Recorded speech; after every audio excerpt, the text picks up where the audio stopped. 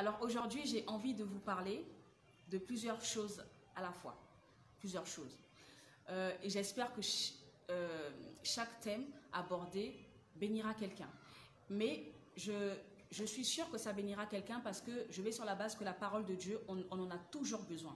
Voyez-vous, aussi spirituel que tu peux être, aussi ultra spirituel que tu peux être, même si tes pieds ne touchent pas terre parce que tu es tellement spirituel, je vais sur la base que la parole de Dieu, elle est notre force, voyez-vous, et que chaque jour que Dieu rajoute à notre vie, nous avons forcément besoin d'entendre, comment dirais-je, une parole, même si on sait que Dieu nous aime déjà, n'est-ce pas? On sait que Dieu est là pour nous, il ne sommeille, il ne dort, celui qui veille sur nous, tout ça, on le sait. Mais quelquefois, face à des circonstances, face à une situation qu'on ne comprend pas forcément, on a simplement envie qu'une personne se lève quelque part, en tout cas, ou appelle, ou envoie un message, envoie un SMS, envoie un message sur Messenger, sur WhatsApp, voilà. En tout cas, se manifeste, qu'une personne te dise, écoute mon frère, je sais que Dieu a écouté tes prières, écoute ma soeur, je sais que Dieu ne t'a pas oublié. Tu le sais déjà, mais tu as envie de l'entendre audiblement, voyez-vous. Donc je vais sur la base que la parole de Dieu, on en a besoin chaque jour. Et voilà pourquoi la Bible dit que ce livre de la loi ne s'éloigne point de ta bouche, ne s'éloigne pas de toi, mais dites-le jour et nuit. Parce que aussi spirituel que nous puissions être, la parole de Dieu, nous en avons besoin chaque jour, à chaque instant, parce qu'il n'y a que la parole de Dieu qui nous fortifie, il n'y a que sa parole qui nous restaure, il n'y a que sa parole qui nous encourage, il n'y a que sa parole qui nous murmure au plus profond de nous, que Dieu est avec nous et que malgré tout ce qui se passe, que Dieu ne nous a pas abandonnés. Voyez-vous? Donc je suis sûre, donc, partant de ce fait-là, je suis sûre que ce temps que nous passerons ensemble bénira certainement quelqu'un. Voilà pourquoi je vous demande de partager la vidéo, partager. Au juste, la Bible dit, on ne met pas la lumière sous le boisseau, d'accord? Aucune personne ne prendra une lumière qui brille, qui éclaire toute la maison et la mettra sous le lit, voyez-vous? Donc chaque personne mettra la lumière sur la table ou, comment dirais-je, au vu et au su de tous pour que la lumière puisse éclairer le plus grand nombre de personnes, d'accord? On ne met pas la lumière sous le boisseau. Donc une lumière, tu ne peux pas la garder que pour toi. Une bénédiction, tu ne peux pas la garder que pour toi, sinon ce serait égoïste. Et comme Dieu veut passer par toi pour bénir quelqu'un, Dieu veut passer par toi pour toucher quelqu'un, Dieu veut passer par toi pour restaurer la vie de quelqu'un, Dieu veut passer par toi pour parler à quelqu'un qui a besoin d'entendre une parole, comment dirais-je, certaine pour sa vie, pour la situation qu'il traverse actuellement. Dieu veut passer par toi. De toutes les façons, Dieu, pour agir sur la terre, il a besoin des êtres humains, voyez-vous? Voilà pourquoi il envoie chacun de nous dans son domaine. Il envoie chacun de nous pour que nous puissions faire avancer son royaume parce que Dieu a, comment dirais-je, Dieu a besoin de toi, Dieu a besoin de moi. Voyez-vous, voilà pourquoi je vous demande de partager parce que dans vos amis, qui sait si quelqu'un a besoin d'entendre une parole de restauration? Dans vos amis Facebook, qui sait, qui a besoin est-ce que vous êtes au courant de la vie de tous vos amis au point de dire, ben non, moi je suis le direct, mais je ne le suis que pour moi. Eh ben non, ça serait égoïste, voyez-vous, parce que chacun de vos amis, même ceux qui n'en parlent pas, chacun a besoin, mais vraiment besoin de Dieu dans sa vie. Chacun a besoin d'entendre la parole de Dieu. Chacun a besoin d'entendre que Dieu l'aime. Chacun a besoin d'entendre que Dieu l'attend avec les bras ballants. Chacun a besoin d'entendre que Dieu ne le culpabilise pas, mais que Dieu t'attend avec comment dirais-je, les bras grands ouverts, excusez-moi.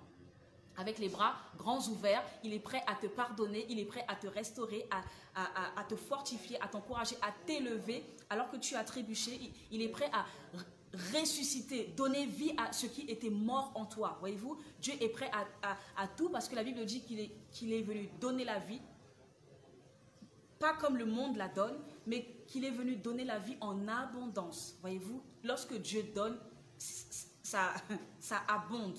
Lorsque le monde donne, tu en as encore besoin parce que le monde donne un tout petit peu et c'est tellement éphémère.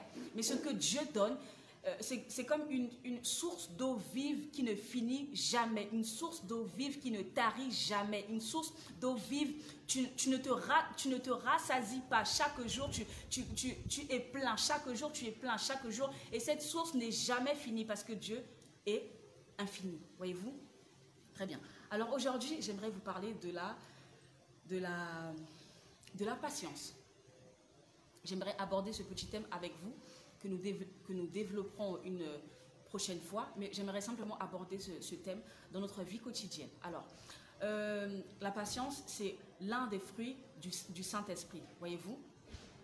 Très souvent, dans notre vie quotidienne, nous avons chacun des besoins, n'est-ce pas? Nous avons chacun des prières que nous faisons à Dieu, nous avons chacun des choses que nous demandons à Dieu, nous avons chacun des attentes, nous avons chacun des souhaits, des désirs, des rêves, des choses que nous attendons de la part de Dieu, n'est-ce pas? Ok. La Bible dit que un jour pour Dieu, ça fait 1000 ans pour nous, d'accord? Un jour pour Dieu, ça fait 1000 ans. Ok. Si un jour pour Dieu, ça fait 1000 ans pour nous, faisons la probabilité, un être humain vit à peu près, grosso modo, 110 ans. Disons 100 ans, d'accord?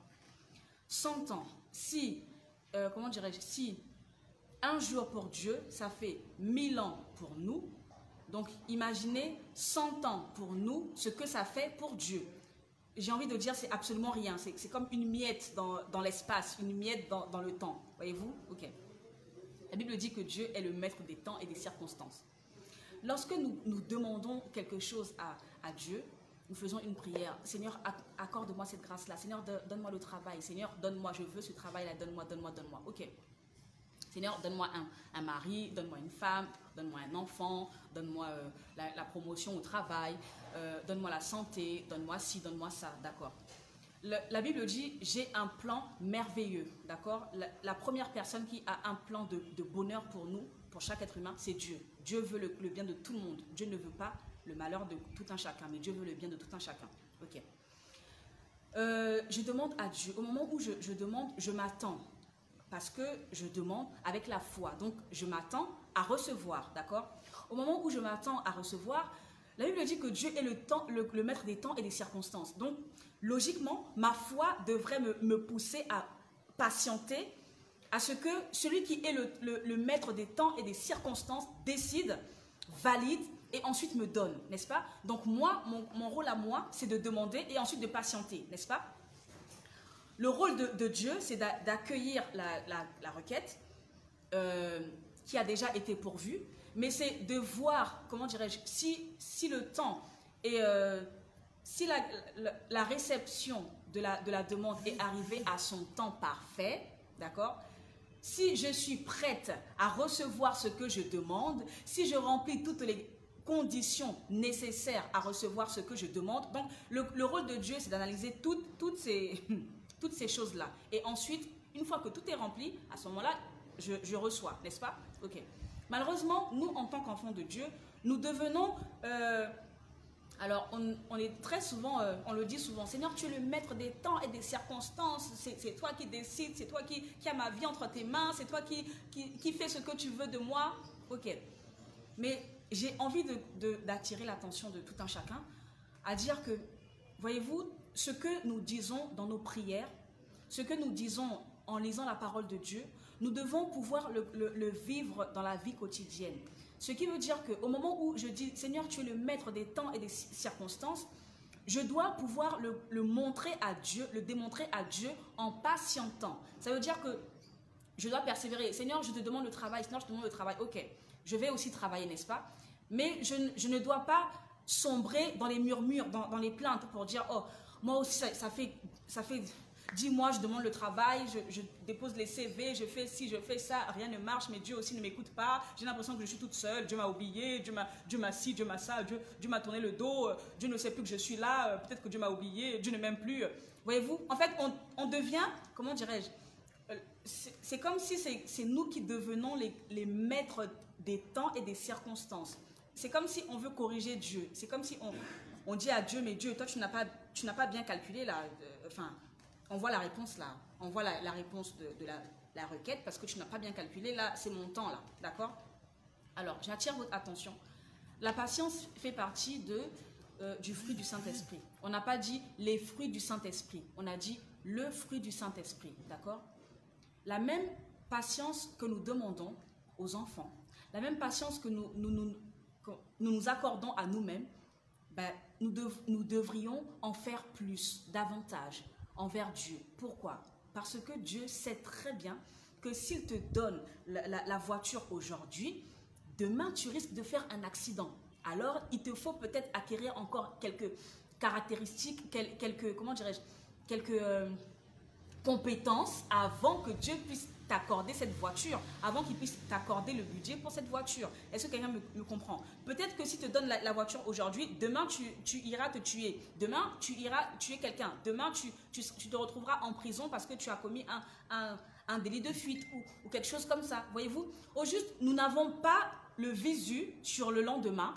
Nous n'avons pas le visu sur ce qui se passera dans 2 jours, dans 1 semaine, dans 1 mois. Mais Dieu a le visu. Donc, c'est normal que Dieu soit le maître des temps et des circonstances. Est-ce que vous me comprenez? Si vous me comprenez, est-ce que quelqu'un peut marquer le maître des temps et des circonstances? En fait, j'aimerais simplement faire appel à chacun de nous, à nous dire que, à ce que nous puissions comprendre et réaliser que ce que la parole de Dieu dit, c'est la vérité, d'accord? On ne peut pas changer. C'est à nous de nous adapter à ce que la parole de Dieu dit. Mais lorsque nous proclamons, nous prions, Seigneur, tu es alpha, tu es oméga, ben, laissons justement l'alpha et l'oméga faire ce qu'il veut de nous. Puisque nous avons proclamé, nous avons témoigné, nous avons confessé, nous avons crié, Seigneur, tu es mon alpha, tu es l'alpha et l'oméga. Ben, vivons-le dans le quotidien. Est-ce que quelqu'un me comprend? C'est tellement simple et c'est tellement facile de proclamer des choses et de ne pas le vivre dans sa vie quotidienne. Vous me comprenez? Est-ce que quelqu'un peut écrire le maître des temps et des circonstances? C'est l'un des noms de Dieu, le maître des temps et des circonstances. Alors nous devons patienter, c'est-à-dire attendre. L'attente ne se fait pas dans les murmures, l'attente ne se fait pas dans les critiques, l'attente ne se fait pas dans les plaintes. Au moment où tu es en train de te plaindre, regardez, au moment où tu es en train de murmurer, c'est comme si tu mets un mur. Mur, mur, mur et derrière mur. Au juste, c'est comme si tu mettais une sorte de barrière entre toi et Dieu. Parce que la Bible dit, ce sont vos fautes et vos péchés qui vous éloignent, qui mettent une séparation entre Dieu et vous. Donc, au moment où toi, tu attends la réception de ta requête de prière, au moment où tu murmures, c'est comme si tu retardes en fait la réception de ta demande. Vous comprenez? Au juste, Dieu veut agir, n'est-ce pas? Mais c'est à nous de lui laisser le temps, c'est à nous de lui laisser, comment dirais-je, oui, toute la place pour qu'il puisse nous donner chaque chose que nous demandons en son temps, n'est-ce pas? Par exemple, quelqu'un qui n'a pas le code et le permis, demande, donne-moi une voiture, mais Dieu va dire, mais si je te donne une voiture, c'est que je ne t'aime pas parce que tu vas aller te tuer. Tu n'as pas de code, donc tu ne sais pas comment conduire et tu n'as pas le permis. Ça veut dire que tu n'as pas la pratique du véhicule que tu demandes. Voyez-vous? Donc, va d'abord, comment dirais-je, faire le code, ensuite le permis et ensuite, je pourrais te donner parce que tu remplis les conditions. Voyez-vous?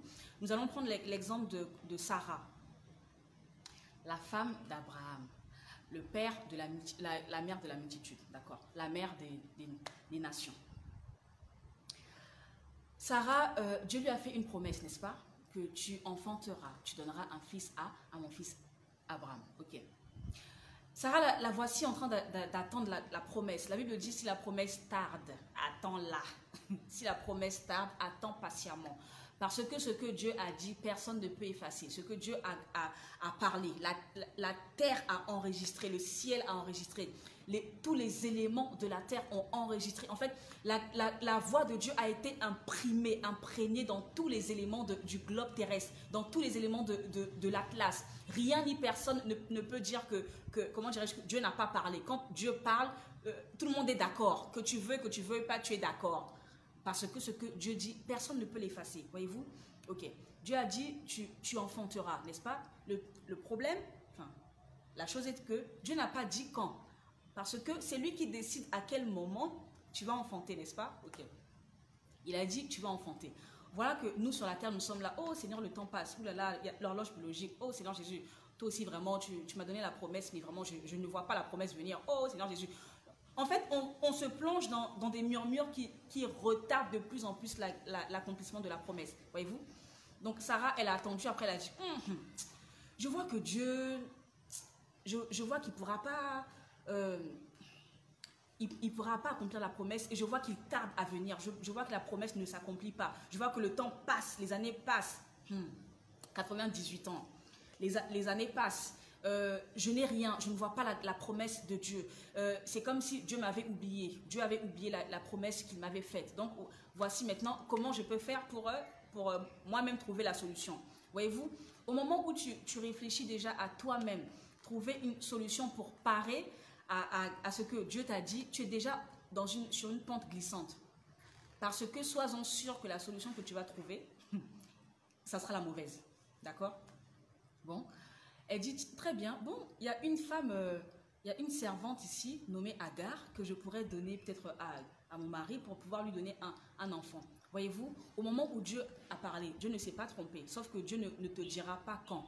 Si Dieu te dit quand est-ce qu'il va exaucer ta prière, c'est trop facile. Au juste, tu vas te conditionner, tu vas rester, comment dirais-je, parfaite jusqu'au moment de la promesse. En fait, tu vas attendre le moment venu, tranquillement, dans la foi, dans la fidélité, dans la crainte de Dieu, parce que tu sais que dans tant de temps, ben, Dieu va m'exaucer.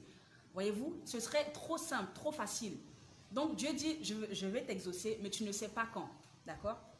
Ok, donc Sarah dit, tiens, je vais trouver ma propre solution. Tiens, servante Agar, va un peu avec mon mari, comme ça tu lui donnes un enfant. Voyez-vous, elle a trouvé une solution alternative. Le problème, c'est que la solution alternative que nous avons l'habitude de trouver, parce que je le dis clairement, que les chrétiens ont cette difficulté à attendre patiemment la promesse de Dieu. Ce que nous essayons de trouver de notre propre effort, c'est voué à échec, parce que ce que toi-même tu fais, en fait, lorsque tu veux contrer Dieu, tu veux aller plus vite que Dieu, tu veux montrer à Dieu, Seigneur, tu as vu, tu aurais dû faire ça, tu t'es trompé là, tu es trop lent, Seigneur, toi aussi tu es trop lent, voilà ce que tu aurais dû faire, il faut être plus rapide, oh Seigneur, sois un peu plus rapide là. Voyez-vous, au juste, c'est ce que nous sommes en train de dire à Dieu au moment où nous trouvons nos propres solutions. Au moment où Dieu dit, je te donnerai des papiers, je te donnerai, comment ça s'appelle? Oui, je te donnerai des papiers, des formalités pour que tu puisses avoir ton passeport, pour que tu puisses avoir ta carte de séjour. Je te donnerai tout ce que tu veux, d'accord? Ok. Toi, tu dis, oh Seigneur, là aussi, c'est trop lent. Je vais trouver ma propre solution. J'irai voir des personnes, je vais faire ci, je vais faire ça, je vais trouver. Voyez-vous, au juste, contrer la décision de Dieu, c'est aller, je dirais, dans le mensonge, dans la fraude, dans la tricherie. C'est aller en fait sur des voies perverses, voyez-vous. Alors que la patience, certainement, elle te donne la bénédiction au bout. Seulement la patience, ça prend du temps, voyez-vous. Lorsque tu dis à ton enfant vient te voir, maman, est-ce que tu peux me donner, tu peux m'acheter un téléphone, s'il te plaît. Ok, le téléphone, ça coûte cher, n'est-ce pas? Tu lui diras, si tu veux un téléphone, eh ben, travaille bien l'école. Ramène-moi un 15, comme ça je te donne un téléphone. Ok, l'enfant dira, maman, est-ce que tu peux? À chaque fois, il viendra parce que lui, son objectif, c'est de vous faire craquer et que vous puissiez justement lui acheter le téléphone. Or que vous, le parent, vous avez décidé que je t'achèterai le téléphone à tel moment. Voyez-vous, vous apprenez à l'enfant la patience sans murmure. Ce que vous apprenez à votre enfant, c'est exactement ce que nous devons nous apprendre à nous-mêmes en tant qu'adultes et en tant qu'enfants de Dieu. Voyez-vous, patience sans murmure. Au moment où nous sommes en train de murmurer, nous sommes en train de créer un fossé entre Dieu et nous. Au moment où nous sommes en train de murmurer, c'est comme si nous disions à Dieu, Seigneur, tu es incapable, Seigneur, tu es trop lent, Seigneur, tu es vraiment, je comptais sur toi, mais là, tu m'as déçu là. Voyez-vous, sans y penser inconsciemment, ce sont les messages que nous faisons passer à Dieu. Voyez-vous, alors j'avais envie de vous encourager pour dire vraiment, soyons patients. Lorsque Dieu donne, tu es sûr que Dieu t'a parlé. D'accord? Sois patient et travaille dans ce que Dieu t'a dit. Par exemple, il te dit, tu seras directeur d'une société. Très bien. Ne reste pas croiser les bras chez toi et puis dire, Seigneur, j'attends, les bras croisés, j'attends. Ne reste pas croisé, non.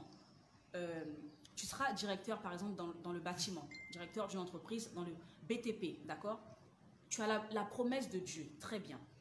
La promesse ne va pas agir dans la vie courante pour toi. C'est à toi de te lever pour dire, tiens, le Seigneur m'a promis que j'aurai une entreprise de BTP. Très bien. Comment vais-je faire? Je ne m'y connais pas. Va chercher une formation de BTP, va chercher un stage, va chercher à apprendre justement pour être prêt au moment où Dieu va envoyer la finance. Toi, tu auras déjà les bagages, tu auras déjà les compétences, tu auras déjà tout ce qu'il te faut. Le savoir pour que la promesse de Dieu puisse être réelle et effective dans ta vie. Dieu te dit, tu auras une entreprise de téléconseiller, d'accord? Téléconseil dans tel ou tel domaine, ok. Va chercher à savoir comment réceptionner des appels. Va faire un stage quelque part, va payer même un stage. Comment réceptionner des appels, comment accueillir le client, comment sourire, comment faire ci, comment faire ça, comment passer un appel professionnel, comment recevoir un appel professionnel, enfin, comment gérer tout ça. Comme ça, le jour où Dieu débloque les fonds, tu es déjà prête. Voyez-vous, tu es déjà prêt, tu es déjà, comment dirais-je, avec l'armure en fait. Tu ne te retrouves pas dépourvu, sans connaissance, sans rien, et puis tu diras, oh Seigneur, toi aussi, vraiment, comment tu as fait pour me donner ça? Voyez-vous, très souvent, nous mettons la faute sur Dieu, alors que Dieu, tout ce qu'il fait, alors là, je vous rassure, tout ce que Dieu fait est parfait.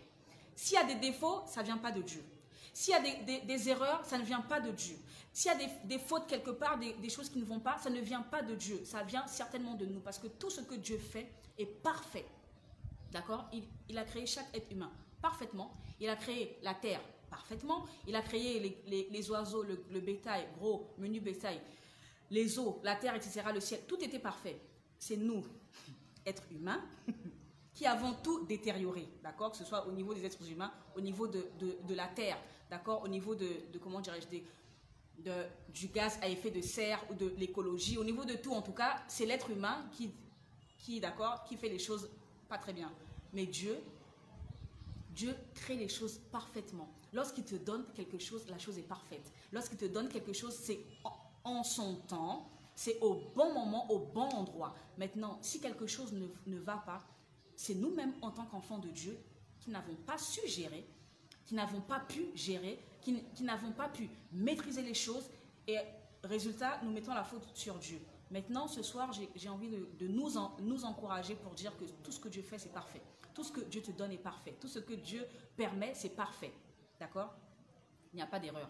Seulement, toi et moi, nous devons toujours chercher comment dirais-je, à entrer justement dans ce que Dieu, dans le chemin sur lequel Dieu nous met, à entrer dans sa volonté, à entrer dans son plan, afin de totalement bénéficier de la perfection des choses de Dieu. Voyez-vous? Aussi longtemps que nous serons sur le bas-côté, aussi longtemps que nous serons sur le trottoir au lieu d'être sur la chaussée, aussi longtemps que nous serons à gauche, à droite au lieu d'être tout droit, nous aurons toujours des défauts, nous aurons toujours des choses qui n'iront pas, nous aurons toujours des choses comment dirais-je, à corriger. Aussi longtemps que toi et moi, nous forcerons, nous nous attellerons, nous travaillerons sur nous-mêmes pour réellement marcher dans ce en quoi Dieu nous appelle, dans ce pourquoi Dieu nous appelle, aussi longtemps nous serons dans la perfection de Dieu. D'accord? Est-ce que vous m'avez comprise? Ok, très bien. Donc je clôture cette petite parenthèse par rapport à la patience. Maintenant, je vais vous parler de quelque chose, toujours aussi dans la suite logique de la chose, de quelque chose une des choses que les hommes n'aiment pas par rapport aux femmes. D'accord? Ok. Bon, je passe un peu du coq à l'âne, mais que tout le monde soit béni. que tout le monde puisse être béni au travers de ces petites exhortations. Ok. Vous savez, la femme parle, a la facilité de beaucoup parler parce que c'est la femme qui bâtit la maison, n'est-ce pas? La femme a la facilité de beaucoup parler parce que la femme donne naissance aux enfants. Donc c'est elle qui élève, entre guillemets. C'est elle qui parle, qui répète les choses. Ce que tu as dit il y a un mois, tu as redit encore hier, tu redis encore aujourd'hui, tu rediras demain. D'accord? C'est ça, élever les enfants. Tu répètes les mêmes choses d'une façon ou d'une autre, mais voilà. Tu enseignes, tu répètes, tu re-répètes, d'accord? Et la Bible dit dans Proverbes, enfant, prête l'oreille, c'est-à-dire fais attention à l'instruction de ton père et ne néglige pas l'enseignement de ta mère, d'accord? Ça veut dire qu'un homme, à la base, ne parle pas beaucoup. Donc, un père, la Bible dit, prête l'oreille à l'instruction de ton père. Une instruction, c'est une recommandation. C'est comme un ordre, d'accord? C'est comme quelque chose que tu dois faire. Tu n'as pas le choix. Ce n'est pas une discussion. On n'est pas en train de discuter. Je te dis, tu fais. Point. Et la Bible dit que prête l'oreille à l'instruction de ton père. Voyez-vous, les hommes ne parlant pas beaucoup, ne s'exprimant pas énormément comme les femmes, eh ben, ils disent une phrase, ils disent un mot et les enfants écoutent, n'est-ce pas? Et la Bible dit, ne néglige pas l'enseignement de ta mère. Voyez-vous la différence entre l'instruction et l'enseignement? Un enseignement, tu répètes les mêmes choses, tu fais des schémas, tu fais des dessins. En fait, tu fais tout pour que la personne puisse comprendre. Voyez-vous, un prof à l'école, dans sa classe, s'il a 30 élèves, lorsqu'il fait une leçon, peut-être que les 30 élèves ne comprendront pas tout de suite la leçon, d'accord? Et peut-être que 5 élèves auront du mal à comprendre la leçon. Qu'est-ce qu'il va faire? Il donnera des exercices pour que les élèves puissent comprendre la leçon. Il donnera il fera des schémas, il fera des dessins. En fait, il essaiera de tout faire pour que les enfants puissent comprendre l'enseignement. Voyez-vous, c'est exactement ça une femme. Une femme, non seulement elle parle parce qu'elle doit répéter les choses, mais ensuite elle veut que les enfants comprennent. Donc un enseignement, c'est comme si tu t'acharnais en fait, mais positivement, pour que la personne puisse comprendre ce que tu veux lui donner comme enseignement, comme leçon, d'accord? Donc tu répètes, tu uses de patience au juste. Très bien. Et nous les femmes, comme nous avons la facilité de parler tranquillement, de parler, de répéter les mêmes choses, etc., de faire des allers-retours, des ronds-points, des stops, laisser passer, des boulevards, des avenues, des rues, tout ça. Donc voilà. Lorsque toi, femme, tu veux parler à ton mari, un homme fonctionne avec des lignes droites, n'est-ce pas? Une phrase, une idée. Ne va pas mettre 2-3 idées dans une seule phrase. Il va se perdre. Ça sera trop confus, trop d'informations pour lui, d'accord? Une phrase, une idée, point. Une autre phrase, une idée, point. Une autre phrase, une idée, point, d'accord? Alors, tandis qu'une femme, ben, tu peux mettre toutes les propositions, toutes les phrases dans une seule phrase, ensuite tu mets un point, d'accord? Ça peut même faire un paragraphe, tu mets un point à la fin. Ça, c'est nous les femmes. Mais les hommes ne sont pas du tout comme ça. Maintenant, toi, femme, si tu veux obtenir quelque chose de la part de ton mari, si tu pars avec des plaintes, c'est-à-dire, chérie, toi, tu ne fais jamais la vaisselle, tu ne fais jamais le ménage, tu ne m'accompagnes jamais, c'est toujours à moi d'accompagner les enfants à l'école, tu fais jamais ci, tu fais jamais ça, on se balade jamais, tu me donnes pas d'argent de poche, tu sors pas avec moi, on se promène pas, tu fais pas les courses avec moi, tu fais jamais rien avec moi, donc voilà. Aussi longtemps que la femme passera son temps à se plaindre de la sorte, elle ne donnera pas envie en fait au monsieur de le faire. Voyez-vous, un homme ne fonctionne pas avec des plaintes. Les plaintes, les murmures, ça le décourage plutôt parce que c'est comme s'il se dit bon ben en fait c'est comme si c'était un jugement avec un jugement validé. Voyez-vous, quand le juge donne son jugement, il prend le tampon, il dit c'est adjugé, point. Tu n'as plus rien à dire. Il a pris la décision finale, c'est fini là, c'est point final, d'accord? Eh bien, lorsqu'une femme vient et s'adresse à son mari par des plaintes, c'est comme si elle le condamnait en fait, elle le culpabilisait. C'est comme si elle donnait sur lui un jugement, elle rendait sur lui un jugement et avec un tampon, boum, c'est adjugé, d'accord? Tu ne m'accompagnes jamais, boum, c'est adjugé, tu es paresseux, boum, c'est adjugé. Du coup, le monsieur qui reçoit tout ça, ben, il se dit, ben, puisque je suis comme ça, donc je suis comme ça, alors donc ben, pourquoi je vais encore faire des efforts? Voyez-vous, je l'accepte. En fait, il accepte et il le prend pour, comment dirais-je, comme si c'était une condamnation. Très bien, bon, ok, d'accord? Résultat, ça ne fait pas avancer la situation, ça ne fait pas avancer. Toi, demain, il ne va pas se lever pour dire « Ah chérie, tiens, maintenant je vais faire la vaisselle avec toi. Tiens, on va sortir, tiens, on va aller faire un petit tour. Tiens, on va aller manger une glace. Ah ben non, tiens, je t'accompagne à l'école, j'accompagne les enfants à l'école. » En fait, ça ne lui donne pas envie d'avoir ce zèle, voyez-vous? Ça ne lui donne pas envie d'avoir cette motivation-là. Ça ne le motive pas au juste, ça le démotive. Parce qu'une plainte, elle est négative. Une plainte, elle est forcément négative. Et quelque chose de négatif sur un homme, ça n'a pas une bonne, comment dirais-je, ça n'a pas un bon effet. Ok. Maintenant, si tu te plains, c'est que tu attends un résultat, n'est-ce pas?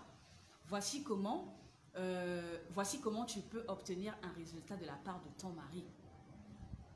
Un jour, nous avons vu les deux choses à savoir pour pouvoir conserver, pour pouvoir garder une atmosphère agréable, continuelle avec ton mari, n'est-ce pas? On a parlé de la soumission et de la douceur, ok, pour les femmes. Donc, les femmes doivent user de douceur et de soumission envers le mari pour pouvoir obtenir de sa part, d'accord? Ok. Pour tous ceux qui ont raté cet enseignement, vous verrez donc, vous irez chercher sur la page Lady Storm et vous verrez, ça parlait de, vous verrez hein, les vidéos et vous trouverez les deux choses qui font qu'un homme, qu'une femme puisse garder une bonne atmosphère et puisse garder l'amour continuel envers son mari, d'accord? Ok. Si tu veux avoir quelque chose de la part de ton mari, il est plus bénéfique pour toi, il est plus, comment dirais-je, il te sera plus judiciable de t'approcher de lui et de dire, chérie, tu sais, j'aimerais que tu puisses faire ça. J'aimerais que tu m'accompagnes. J'aime quand tu te promènes avec moi. J'aime quand tu m'accompagnes. J'aime quand tu fais la vaisselle avec moi. J'aime partager ces moments avec toi. Oh chérie, viens avec moi, fais ci avec moi, fais ça parce que j'aime.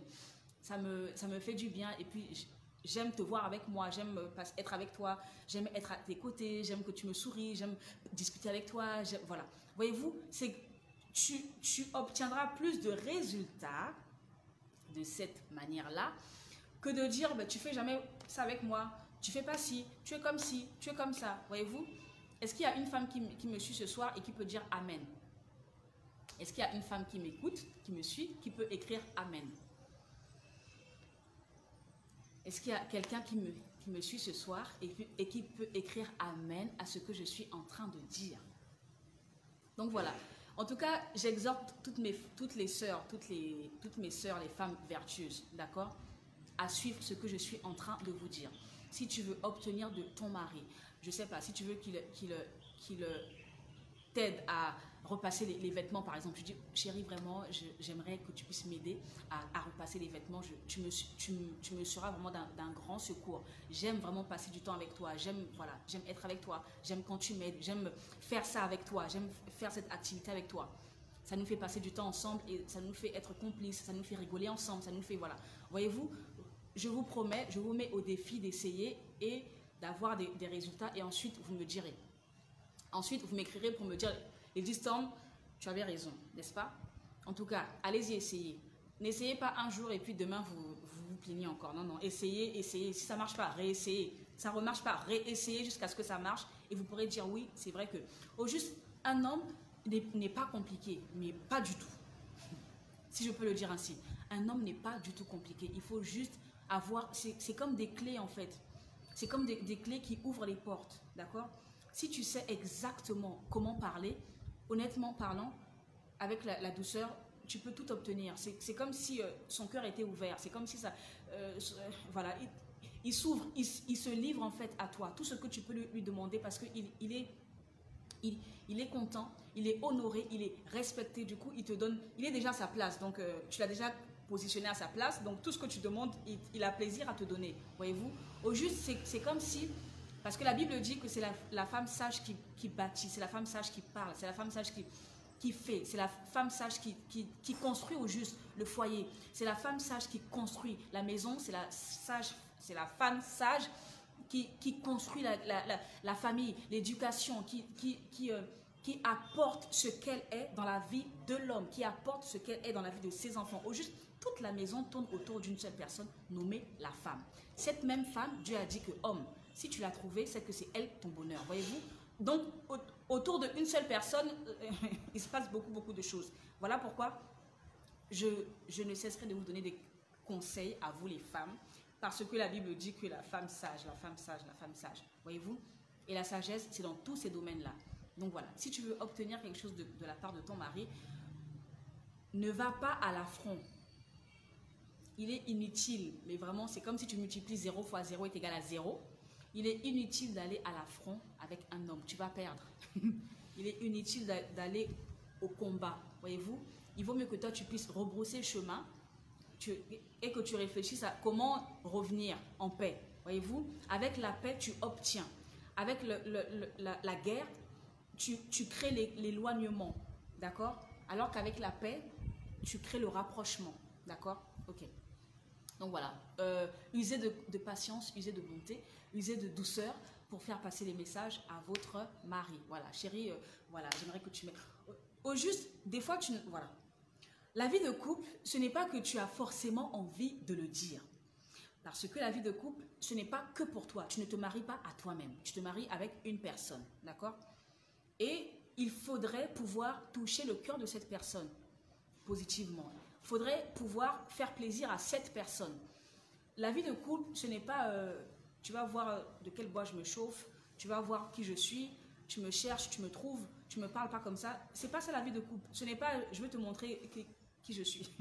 Si la femme pense comme ça, le mari aussi pense comme ça, que quelqu'un m'explique comment le couple va marcher. Voyez-vous, la vie de couple, c'est je m'oublie, d'accord, pour pouvoir faire plaisir à l'autre. J'oublie mon moi, le moi là, l'orgueil là, je le tue pour pouvoir faire plaisir à l'autre. Et si ça marche vice-versa, eh ben, la vie de couple est très bien, d'accord?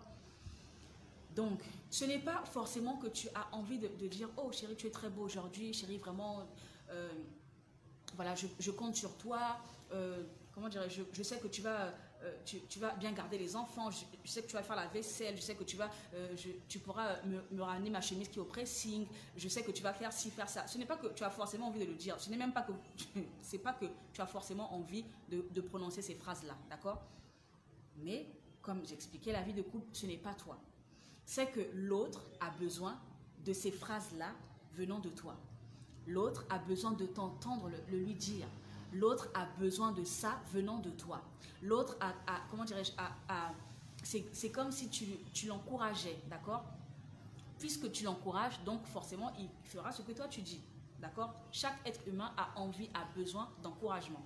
Tout le monde sur la terre aime les encouragements, d'accord? Donc, ton mari a besoin d'être encouragé et la femme aussi a besoin d'être encouragée pour pouvoir donner de son meilleur, d'accord? De son mieux. Ok. Donc, ça veut dire que même si un matin, tu te lèves et que tu n'as pas trop envie d'être, comment dirais-je, d'être gentil, tu n'as pas trop envie de dire des mots doux, tu n'as pas trop envie, d'ailleurs, tu n'as pas trop envie de parler, ce jour-là, tu te lèves, tu as envie d'être tranquille, silencieux, en train de réfléchir sur un projet ou en train de réfléchir, penser je ne sais pas, quoi que ce soit, une frère qui t'a demandé, une sœur qui t'a demandé de l'aide, un frère qui t'a demandé de l'aide, ou bien tu pries pour quelqu'un, ou bien tu es dans le recueillement, d'accord? Tu n'as pas trop envie d'être expressif. Même si toi, en tant que personne, tu as décidé que tu ne voulais pas trop être expressif aujourd'hui, mais ta femme ou ton mari en a besoin aujourd'hui. Comment on fait? Voyez-vous? Donc, c'est là où j'explique que la vie de couple, ce n'est pas moi. Mais la vie de couple, il y a moi, bien sûr, mais il y a l'autre aussi. Ça veut dire que même si un matin, je me lève et que, oulala, j'ai pas trop envie de te voir, j'ai pas trop envie de parler avec toi, j'ai pas trop envie, j'ai envie de rester tout seul, j'ai envie de, voilà, de pas trop parler, de réfléchir, de réfléchir sur moi-même, je me remets en question, voyez-vous? Mais l'autre va au travail. L'autre a besoin que toi, tu puisses lui dire, chérie, à ce soir, bonne journée, que Dieu te bénisse, que Dieu te protège durant la journée. Voyez-vous? Donc, ce n'est pas toi, c'est l'autre qui en a besoin. Et comme l'autre en a besoin, ben toi, tu le fais par amour pour l'autre. Voyez-vous? C'est aussi ça la vie de couple. Voilà. Même si je n'ai pas envie, mais je te le dis parce que toi, tu en as besoin. Et donc, je consolide ta confiance en toi, je consolide ton encouragement, je t'envoie de l'énergie, je t'envoie ce dont tu as besoin, même si moi, je n'en ai pas forcément envie, mais je te le donne parce que toi, tu en as besoin et que je suis là pour ça. Voyez-vous, si l'homme ne le fait pas pour sa femme, si la femme ne le fait pas pour son mari, ben, expliquez-moi qui va le faire pour toi, homme, qui va le faire pour toi, femme. Voyez-vous, au juste, je voudrais vous expliquer que Dieu a créé le couple complètement parfait, d'accord? C'est au sein du foyer que tous les besoins doivent être pourvus. S'il y a des besoins qui ne sont pas pourvus, alors qu'ils doivent être pourvus au sein du foyer, Vous savez, l'ennemi ne dort pas. L'ennemi, il a déjà été jugé, il ne sera plus jugé, il a déjà été condamné, c'est fini. L'ennemi rôde autour des enfants de Dieu. L'ennemi, dès que vous vous mariez, vous avez déclaré la guerre. Déjà, dès que vous donnez votre vie à Christ, vous avez déclaré la guerre. Dès que vous vous mariez, vous avez déclaré une deuxième guerre. Donc, il a doublement des raisons de vous massacrer, en fait. Parce que vous l'énervez, vous le dérangez. D'accord? Toi, en tant qu'enfant de Dieu, tu le déranges énormément. Mais vous, en tant que couple, vous le dérangez aussi. Donc, j'exhorte les frères et les sœurs à contrecarrer tous les plans de l'ennemi, à ne laisser aucune porte ouverte, aucune place où le diable s'immisce entre vous pour pouvoir infiltrer, injecter des mauvaises pensées. Voyez-vous, tous les besoins doivent être pourvus au sein du foyer. S'il y a un besoin qui n'est pas pourvu, le diable passera par n'importe quelle porte, soit dehors, à la maison, n'importe où. Il passera par n'importe quelle porte pour pouvoir vous dire, ben, tu vois, ben, elle est pas gentille, hein, mais l'autre là-bas au travail, elle est très, tu vois comment elle est douce, tu vois comment elle est gentille, tu vois comment elle est si. Le diable passera par là pour dire, tu vois, ton mari ne te dit même pas que tu es bien habillé. Tu es allé chez le coiffeur, tu es sorti du coiffeur, il t'a même pas dit que tu es bien coiffé, alors que ton collègue de travail, tu as vu, il t'a fait la remarque ce matin. Voyez-vous, des idées bizarres comme ça, des idées farfelues comme ça là. Eh bien, le diable ne dort pas. Juste au moment où toi tu dis, bah, tiens, je suis chrétien, ce matin j'ai prié, ma foi est au maximum, je suis voilà, costaud spirituellement. Ben, le diable là, il va attendre la seconde où tu seras le moins spirituel. Il va attendre la seconde où tu seras, où tu étais comme ça le matin, n'est-ce pas? Il va attendre où tu seras un peu comme ça là. Il va dire yes, c'est là que je vais la voir. Voyez-vous, au juste, il rôde. Son travail, c'est de rôder. La Bible dit, il est là pour voler, pour tuer et pour égorger. Il n'a que ça à faire. Il n'a rien d'autre à faire que ça. Donc, si nous, en tant qu'enfants de Dieu, nous laissons des portes ouvertes, soyez-en sûrs que le diable va s'immiscer, mais avec grand plaisir. Voyez-vous? Donc, que tous les besoins soient pourvus au sein des foyers. Que la femme réponde aux besoins du mari, que le mari réponde aux besoins de la femme. Voyez-vous? Veillez et priez en tout temps, comme le dit Laurent Nadège. Parce que le diable, là, lui, il ne dort pas. Hein. C'est nous, des fois, les enfants de Dieu qui dormons. Mais le diable, il ne dort pas. Et comme il ne dort pas, eh ben, c'est à nous de veiller, c'est à nous de prier, c'est à nous d'être vigilants. Ne soyons pas plus spirituels que Paul qui nous a donné des instructions, voyez-vous. Ce que Paul a dit, c'est encore d'actualité. Donc, mettons-le en pratique au juste. Voyez-vous? Très bien. En tout cas, c'est ce que je voulais partager avec vous aujourd'hui. Je voulais aussi vous dire que, en tant que mari et femme, en tant qu'homme et femme, même frères et sœurs en Christ, etc., encourageons-nous toujours, voyez-vous. Je vais sur la base que dans une famille, il y a le père, la mère, les enfants, d'accord, les frères, les sœurs, voilà. Le but des parents, c'est d'élever les enfants, n'est-ce pas? De leur donner le meilleur qu'ils puissent leur donner pour que les enfants puissent être des bonnes personnes, des personnes voilà, avec tous les bagages possibles pour, comment dirais-je, faire face à la vie, d'accord? Mais je vais aussi sur la base que entre frères et sœurs, le rôle de chaque frère et chaque sœur, c'est de veiller l'un sur l'autre, d'accord? Si mon frère fait quelque chose de pas bien, c'est de mon rôle à moi en tant que sa sœur d'aller vers lui pour lui dire voilà, ça là c'est pas bien, etc. Est-ce que je peux t'aider vraiment? Là je vois que tu es vraiment mal, je vois que ces temps-ci tu as le visage un peu voilà, affaibli, tu es pâle, je vois qu'il se passe quelque chose, est-ce que je peux t'aider? Est-ce que je peux faire? Au juste, en tant qu'enfant de Dieu, puisque nous avons le même Père qui s'appelle Dieu et que nous tous, nous sommes des frères et sœurs, d'accord? Voilà. En tant qu'enfant de Dieu, notre rôle à nous, c'est de veiller les uns sur les autres, d'accord? Veiller sur quelqu'un, ça veut dire quoi? Lorsque vous laissez deux enfants à la maison, vous laissez le grand frère, le petit frère par exemple, vous dites, vous restez là, je laisse la nourriture à table, je laisse ça. Le soir arrive, vous prenez votre douche, vous vous habillez et vous venez manger. Moi, je finis les courses et je rentre, d'accord? Selon les âges des enfants, vous les avez laissés à la maison, ok? Et vous savez très bien que le grand frère veillera sur le petit frère, d'accord? Vous serez, comment dirais-je, vous serez meurtri, vous serez déçu, vous serez blessé, vous serez vraiment, meurtri, de rentrer le soir et puis de voir que au lieu que le grand frère ait pris soin de son petit frère en le protégeant, ben, c'est le grand frère qui a tapé son petit frère, c'est le grand frère qui a comment dirais-je, oui, qui a fait du mal à son petit frère, au lieu de le protéger, d'accord? Vous serez, comment dirais-je, vous ne serez pas bien dans votre chair de voir cela, voyez-vous? Au lieu que le grand frère puisse protéger son petit frère, c'est à lui encore de dire, ben voilà, tu es un mauvais petit frère, tu es méchant, tu es ci, tu es ça, voyez-vous, de l'enfoncer encore plus. Ben, vous, en tant que parent, lorsque vous allez rentrer à la maison, vous serez frustré, vous serez meurtri, vous serez même culpabilisé de voir vos enfants dans une telle attitude, dans un tel échec. C'est exactement la même chose avec Dieu. Lorsque Dieu nous regarde, au juste, je dois veiller sur toi, mon frère, je dois veiller sur toi, ma soeur. Tu dois veiller enfin, on doit veiller les uns sur les autres, n'est-ce pas? Si quelque chose ne va pas et que tu remarques que la sœur, habituellement, elle est souriante, mais là, depuis ces derniers temps, je la vois un peu triste, un peu en retrait, d'accord?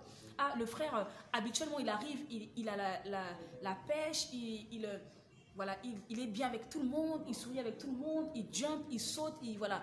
Mais là, depuis ces derniers temps, je vois qu'il arrive et qu'il s'assoit directement. Ça, c'est inhabituel. Je vais un peu me rapprocher de lui pour aller voir ce qui se passe. D'accord? Ok.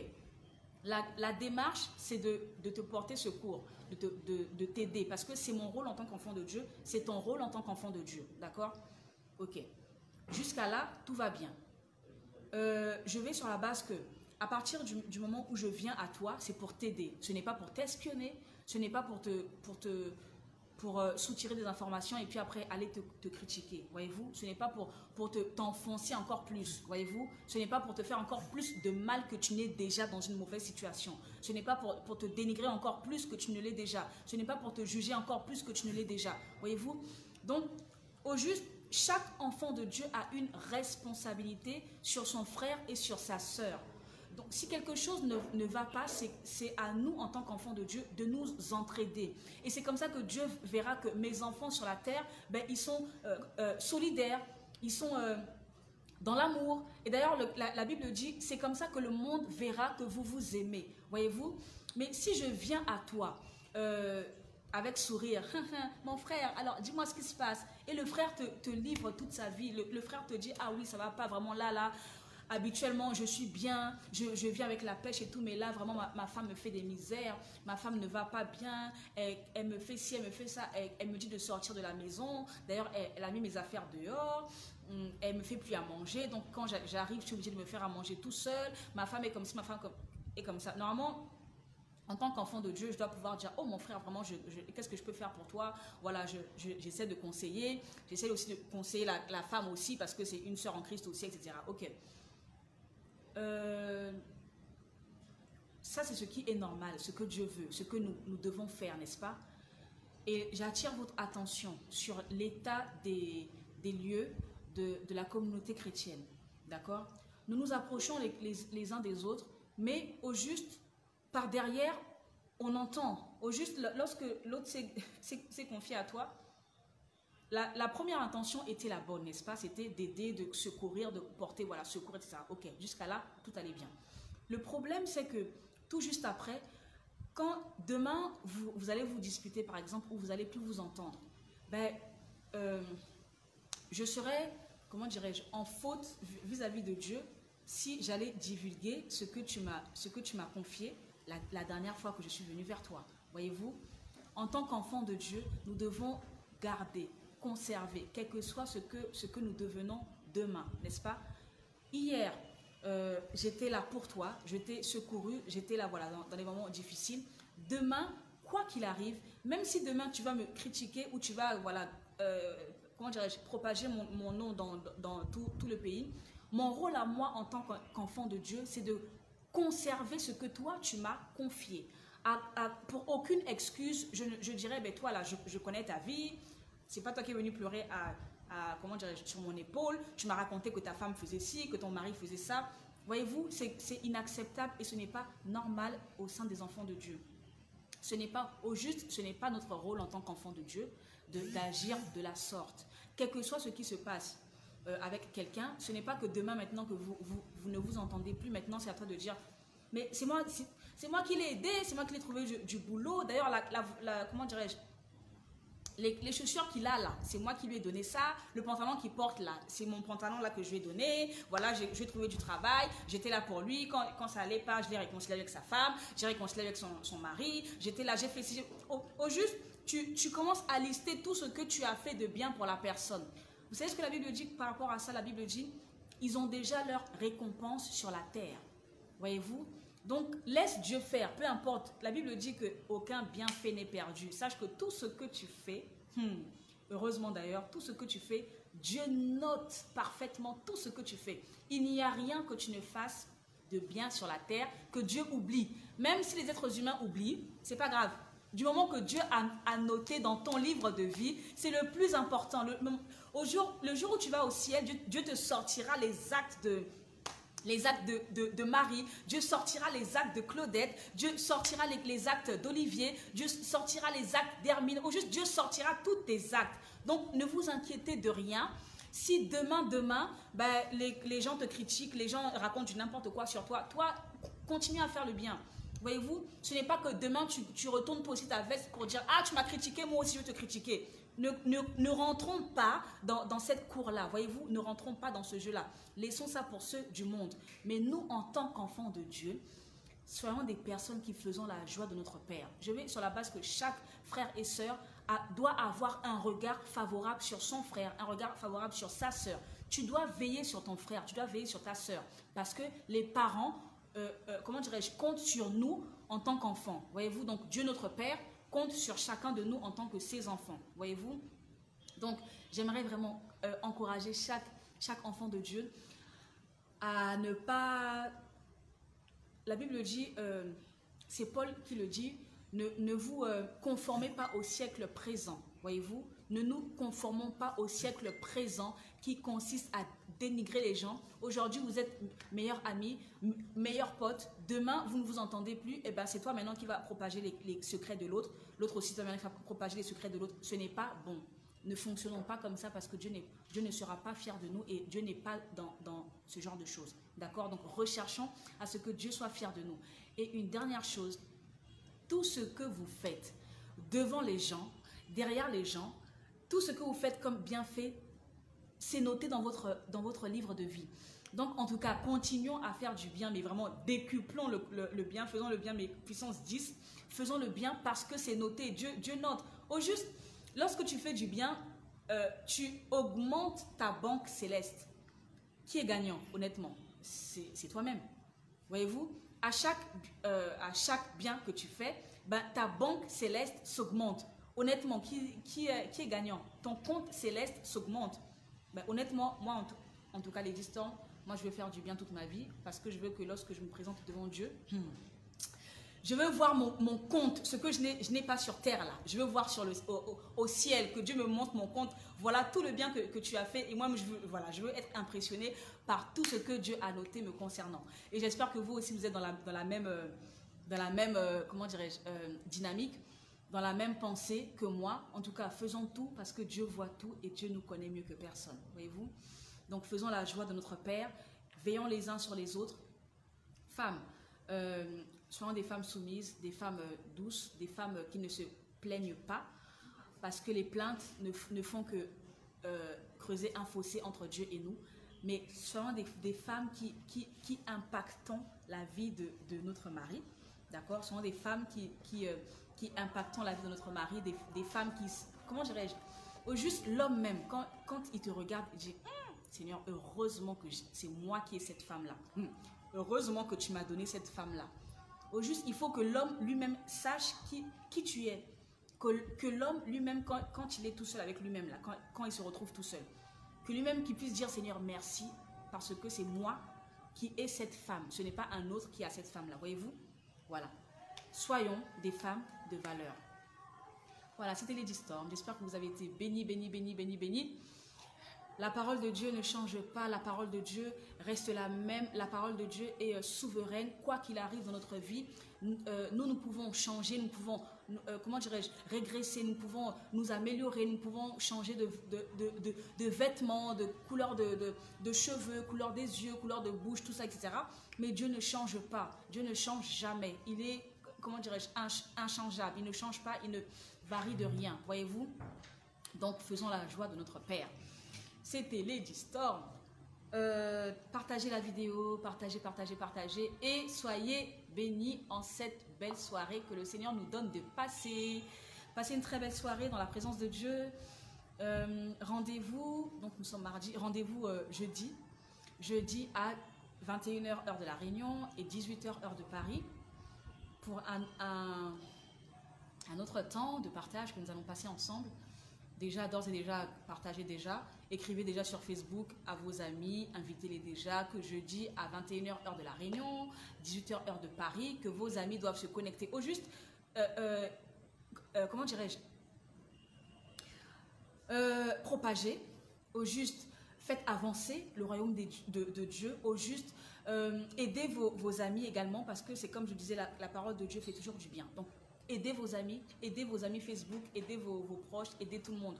Donc, partagez, et surtout, soyons dans la patience envers ce que nous demandons à Dieu, parce que la patience est un fruit du Saint-Esprit, et avec la patience, nous ne sommes que bénis. Sans la patience, lorsque nous détournons la patience, croyez-moi, assurément, tous les chemins que nous prenons sont des chemins tortueux.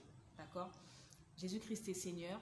En tout cas, la vie est belle en Jésus. Restons attachés, accrochés, mais restons comme la glu qui colle comme ça, là. Restons comme de la glu au bras de Jésus, au pied de Jésus. Et c'est comme ça que nous aurons tous la victoire dans le nom de Jésus. Très bonne soirée. À très bientôt. Shalom, shalom. À jeudi. Bye bye. Partagez la vidéo et à très bientôt. Bye bye.